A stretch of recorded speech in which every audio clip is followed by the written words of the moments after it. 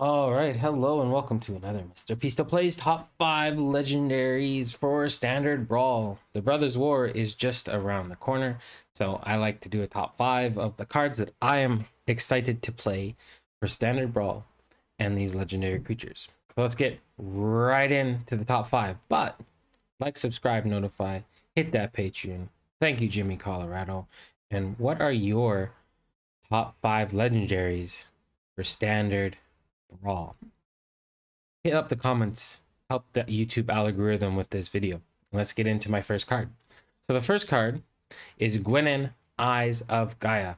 I am a sucker for mono green ramp, and while this card creates 2 mana of any combination of colors, you can get double green, and you can only cast creature spells or activate abilities of a creature or creature card. And then whenever you cast a creature spell with power 5 or greater, put a 1/1 counter on Gwenin, Eyes of Gaia, and untap it. So I kind of scrolled through and looked through all the creatures that had power 5 or greater, and I came up with 6 that I think will make your list. The first one is this Rottweiler Amalgam. It has that new prototype, so you can pay an alternate cost to get a smaller version of the card. So if you pay a green and a colorless, you get a 2/3. If you pay the full 5 mana, you get a 5/5, and you can sacrifice this creature to create an XX colorless Golem artifact creature token, where X is 3 times Rottweiler Amalgam's power. It gains haste until the end of turn, activate only as a sorcery. So you can sacrifice this if you pay its 5 mana to make a 15/15 with haste. That's very powerful. And if you need a blocker early, you can play it as a 2/3. Then we have Fight Rigging. We're playing a bunch of big beefy creatures already, so why not try and cheat out another one? Putting 1/1 counters on things. And then when you have a power creature with power 7 or greater, you get to cast the exiled card without paying its mana cost, something we've seen throughout the formats right now, and it's a very powerful effect. Then we have Defiler of Vigor. This 5 mana 6/6 you can play right after you play Gwenin. You can play 6 mana spells technically if you hit your land drop, but if you miss it, you get this 5 mana 6/6 that has trample. You can pay 2 life instead of paying 1 of the green mana costs of what card that you have, so you can make your 5 mana cards 4 mana cards. And then when you pay, or when you cast a green permanent spell, put a 1/1 counter on each creature you control. So you're going to be playing a high amount of green permanents in the deck, so a very powerful 5-drop here. Another powerful 5-drop is the Silverback Elder, 5 mana 5/7. Get the trigger Gwenin, untap it, maybe cast a smaller creature alongside this bigger creature. And whenever a creature card, whenever you cast a creature spell, you can destroy an artifact or enchantment. You get to look at the top 5 cards of your library. You can put a land from among them onto the battlefield tapped, so you get to ramp yourself after you cast another creature, or you can simply gain 4 life if you're behind schedule or you're losing. Springleaf Avenger, another one of those 6 or 5 mana for very high stats, 6/5. You can ninjutsu this, so you can attack with a smaller creature and then pay a green and 3 colorless. Put this into play, tapped and attacking, and then it can deal damage. You're not going to get the Gwenin Eyes of Gaia effect if you ninjutsu this. But you have that alternate cast or alternate cost to put this into play. And then when it deals damage, you return a permanent card from your graveyard to your hand. We're going to have lots of permanent cards in the deck. So I think this card plays right along with Gwenin and the other creatures in here. And then we have Unnatural Growth. I wanted to put in one non-creature thing here. This is maybe a win more card in this deck, but for 4 green and a colorless, at the beginning of each combat, so both yours and your opponent, double the power and toughness of each creature you control until the end of turn. So we kind of have our top end ramped up here, and there's a fairly good amount of ramp creature spells, including the commander of the deck. So I think you'll have a good time casting spells with big power, big toughness, and just going over the top of everybody with Gwenin, Eyes of Gaia. So that's my number 5. My number 4 card is actually kind of a little controversial. It's not the best, but it's Thanos the Toy Maker. 5 mana 3/5. Whenever you cast a beast or bird creature spell, you may copy it, except the copy is an artifact in addition to its other types. This is kind of a special Historic Brawl shout out because there's so many more beasts and birds in Historic Brawl. But in Standard Brawl, we do have a few that are actually quite powerful of an effect if they're copied. You get the power of blue and card draw. You get the power of green that we just saw with Gwenin, but we don't quite have that many beasts or birds. So the first beast that I found was Obstinate Baloth. This is a reprint in the Brothers War, and when it enters the battlefield, you gain 4 life, and if a spell or an ability an opponent controls causes you to discard Obstinate Baloth, put it onto the battlefield instead of putting it into your graveyard. So I think this is going to be potentially a staple running through because we have Lilian of the Veil in the format, both standard, all of the formats. So being able to get a free 4/4 that gains you 4 life off of a Lilian a discard is quite powerful. Then we have Uvenwald Oddity, 4 mana, 4/4. You can transform it for 7 mana, and it gives all your creatures +1/+1, and it is a 7/7. I forgot to put that in here. I'm going to put that in post-production. All right, so we have Ledger Shredder, a bird, advisor, 2 mana, 1/3 flying. Whenever a player casts their second spell each turn, Ledger Shredder connives. So the connives is you draw a card, discard a card. If you discard a non-land card, you put a 1/1 counter on that creature. So the connive ability can make your Ledger Shredder quite big, and if you're doing it twice, you're really turning through your deck and getting to the cards you need to win the game. Then we have Cruel Witness here, is a 4 mana 3/3 bird horror. It's a flyer. Whenever you cast a non-creature spell, look at the top card of your library. You may put that card into your graveyard. So we're going to be playing some non-creature spells. There are some good planeswalkers and some good non-creature spells like we'll see at the last card in this list, and being able to filter through your deck and discard the things you don't want and keep the things you do is quite powerful. And then we have Tatiova, Steward of the Tides. We are going away from the birds and the beasts because there are not that many birds and beasts, and I think Tatiova is just a very powerful 3 mana spell. It is technically a late game 3 mana spell because you need 7 lands in play. But we are playing green and we are ramping, so hopefully we'll get there. And then every land you play after that becomes, you can have a land become a 3/3 elemental creature token with haste, and it is a land, and those creatures have flying. So Tatiova can be a strong late game finisher for a deck like this one. And then the last card is a new one for the Brothers War. It's called Bushwhack. So search your library for a basic land card, reveal it, put it into your hand, then shuffle. So you can fix with this card early game or late game. Target creature you control fights target creature you don't control. So we are playing some beasts. We're playing some bigger spells. So the Bushwhack is good early and it's good late. All right, so that's number 4. My third favorite card in this set is one of our fancy cards that actually has the meld. They brought the meld mechanic back. So this is Mishra Claimed by Gix. It's a 4 mana 3/5 with a book worth of text on it. So whenever you attack, each opponent loses X life and you gain X life, where X is the number of attacking creatures. If Mishra Claimed by Gix and a creature named Phyrexian Dragon Engine are attacking and you both own and control them, exile them, then meld them into Mishra Lost to Phyrexia. It enters the battlefield tapped and attacking. It is a 9/9. So that dragon is this 3 mana 2/2 double striking Phyrexian dragon. It has when Phyrexian Dragon Engine enters the battlefield from your graveyard, you may discard your hand. If you do, draw 3 cards.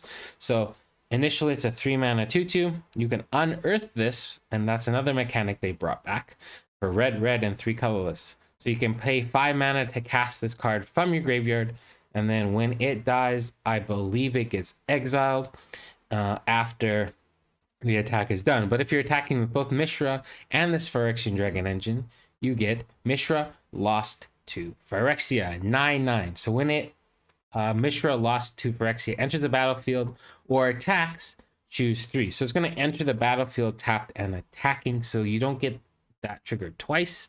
You get it once each turn. So target opponent discards 2 cards. Mishra deals 3 damage to any target. Destroy target artifact or planeswalker. Creatures you control gain menace and tremble until the end of turn. Creatures you don't control get -1/-1 until the end of turn. Create 2 tapped Power Stone tokens. So Power Stone tokens tap for a colorless mana and can only be used for artifact stuff. So you get 3 of these, which is very, very powerful. But more often than not, we're just going to be running around and attacking with Mishra and other creatures. So the first card that popped into my mind is a very powerful black card. It's Diabolical Intent. We're going to be playing a lot of little creatures, so as an additional cost, sacrificing a creature isn't going to be a bad thing. Search your library for a card, put that card into your hand, then shuffle your library. This is a very powerful card to get you the card you need. Then we have this new Misery Shadow, 2 mana, 2/2. If a creature an opponent controls would die, exile it instead. And you can pay 1 mana of any color, and it gets +1/+1 until the end of turn. So it's one of those shades. And it's a very powerful, that effect of exiling your opponent's creatures instead of having them just go to the graveyard is super powerful. That's what they seem to be doing these days. And then we have one new multicolor card, Junkyard Genius. When it enters the battlefield, create a tapped Power Stone token. So we might play into a little bit of the artifact theme here. You can sacrifice another creature or artifact until the end of turn. Other creatures you control get +1/+0 and gain menace and haste until the end of turn. So you can use that Power Stone that it created, sacrifice it to great effect. And if we have other things to sacrifice, that's quite powerful. Then we have the Sardinian Cliff Stomper. As long as it's your turn and you control 4 or more mountains, Sardinian Cliff Stomper gets +X/+0, where X is the number of mountains you control. Right now in standard, their mana for multicolored permanents is not that diverse when you only can play one of the non-basic lands. So more often than not, we should have 4 mountains in play, and this attacking as a 2 mana 4/4 is quite powerful. You can even attack as a 2 mana 0/4 and deal 1 damage to your opponent and gain 1 life. Then we have Feldon Ronum Excavator, 2 mana 2/2 haste. It can't block, so you're attacking with this. And then when it's dealt damage, exile that many cards from the top of your library. Choose one of them. Until the end of your next turn, you may play that card. So you got to be careful, because if they block this with like a 7 power creature, Feldon's taking 7 damage, and you're exiling 7 cards from the top of your library. So you got to be careful with it, but it is a 2 mana 2/2 with haste that attacks and pings them for 1 and gains you 1. And then we have Giant Cinder Maw, 3 mana, 4/3, trample. Players can't gain life. So this kind of goes against the gaining X life for the number of creatures you attacked with, but it's a 3 mana, 4/3. And if you don't have Mishra claimed by Gix out, and you're attacking with a 3 mana, 4/3, the stats to mana value is quite high. So that's my 3rd favorite card. And it's very unlike me to have my 2nd and potentially my 1st favorite card be this next color combination. We have Urza, Prince of Krog, 4 mana, 2/3. Artifact creatures you control get +2/+2. You could pay 6 mana to create a token that's a copy of target artifact you control, except it's a 1/1 soldier creature in addition to its other types. So Azorius, artifacts, creatures, tribal. And I think this is going to be a very fun deck to play. The first card that came to mind is one of the other Urzas, Urza Lord Protector, and then the Might and the Weak Stone.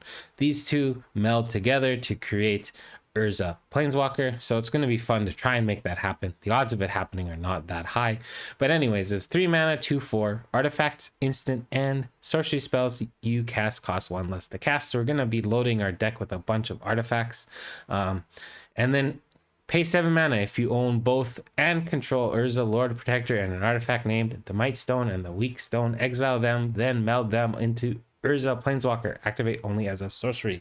And then this Meek Stone and Might Stone is a 5 mana artifact. When it enters the battlefield, draw 2 cards, or target creature gets -5/-5 until the end of turn, and it taps to add colorless. This mana can't be spent to cast non-artifact spells. And then when we meld them together, we get Urza Planeswalker. You may activate the loyalty abilities of Urza's Planeswalkers twice each turn rather than only once. Very powerful. +2 artifact instant and sorcery spells you cast this turn cost 2 less to cast. You'll gain 2 life. +1, draw 2 cards and discard a card. 0, create 2 1/1 colorless soldier creature artifact tokens.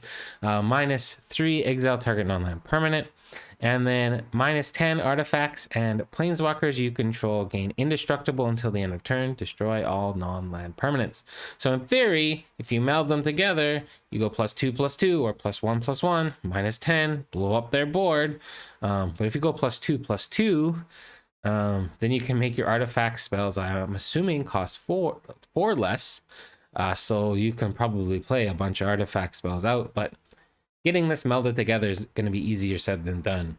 So let's go on to the third card that I think is going to be good for the deck. Liberator Urza's Battlethopter is another legendary creature. 3 mana, 1/3, flying, flash, and when you cast colorless spells and artifact spells as though they had flash. So you can cast your artifacts at any point in time, and you can cast those creatures that have +2/+2.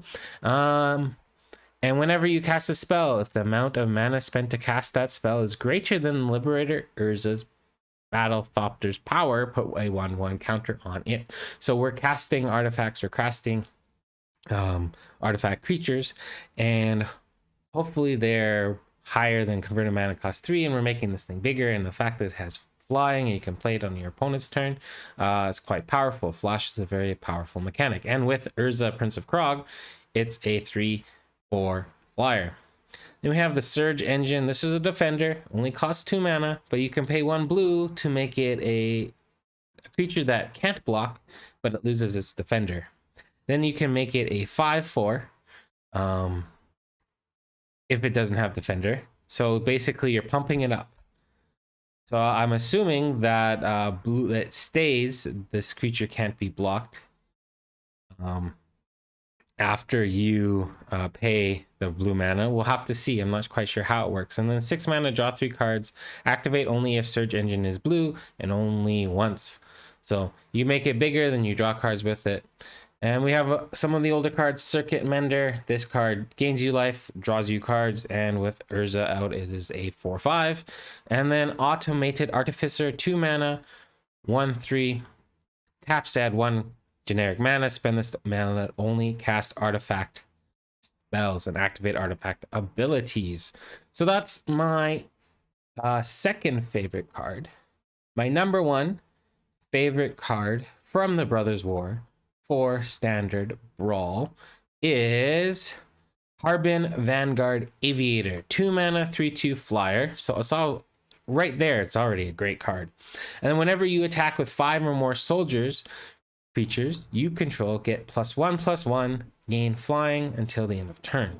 So this card can make all your little things quite large. The first card that kind of stood out to me was we're playing Tribal, and Tribal's a lot of fun. Yotian Tactician is a 4 mana 3/4 that gives all your other soldiers +1/+1, so it pumps up your Harbin. Then we have Muriel's Shield of Argive is another legendary creature, which is going to be a fun mono white creature. It's a 4 mana 3/4. During your turn, your opponents can't cast spells or activate abilities of artifacts, creatures, or enchantments. So this is a very powerful effect that stops your opponent from playing on your turn. And every time we see this, it's always super powerful. I'm sure that's going to be in a lot of different kinds of decks. So whenever it attacks, create X 1/1 colorless soldier artifact creature tokens, where X is the number of soldiers you control. So every time this attacks, it doubles it can go wild if it survives, and if your board can survive. So that's the problem with Tribal, is your board is very susceptible to getting wiped. Then we have another one, Sky Strike Officer. This is one of the only blue soldiers that I think is worth it. It is a 3 mana flyer. Whenever it attacks, create a 1/1 colorless soldier artifact creature token. Tap 3 untap soldiers you control to draw a card. So there's a little bit of card draw in our blue-white creature-based deck. Then we have Rescue Retriever. This is a very powerful one. 5 mana 3/3 flash. So we got the flash thing going again. When it enters the battlefield, put a 1/1 counter on each other soldier you control. Prevent all damage that would be dealt to other attacking soldiers you control. So this you can kind of attack freely, and then let them line up their blocks and maybe blow them out with this. Then we have a couple of older cards, or one older card and then a new non-creature spell. This is the Valiant Veteran, 2 mana, 2/2. Other soldiers get +1/+1. So we have 2 anthems in standard right now that are on creatures. And then you can exile this card from your graveyard to put a 1/1 counter on each soldier you control. And then the last card is a removal spell that is new from the Brothers War. Lay Down Arms. 1 mana, sorcery. Exile target creature with mana value less than or equal to the number of planes you control. So as the game goes long, yeah, sure, they're going to gain 3 life. But as the game goes long, you have 4, 5, 6 planes. Like I said earlier, the mana bases are very basic heavy in this format. And I think this blue-white deck is going to be heavier in white than it is blue based on the cards that are soldiers and that make soldiers. So this is going to be exiling almost anything in the format. And Harbin Vanguard Aviator is my top legendary that I think is going to be the most fun to play for standard Brawl out of the Brothers War. Like I said earlier, what is your favorite cards from the Brothers War for standard Brawl, and maybe even historic Brawl, because I know that's another format that we play on this channel. So let me know what's going on. What are your thoughts? Hit up the comments, like, subscribe, and notify. If you want to support the channel, Patreon is a wonderful place for you to go. Thank you for watching. Have a wonderful morning, afternoon, evening, or night, wherever you are in the world. From Mr. Pisto to you, stay safe. Bye for now.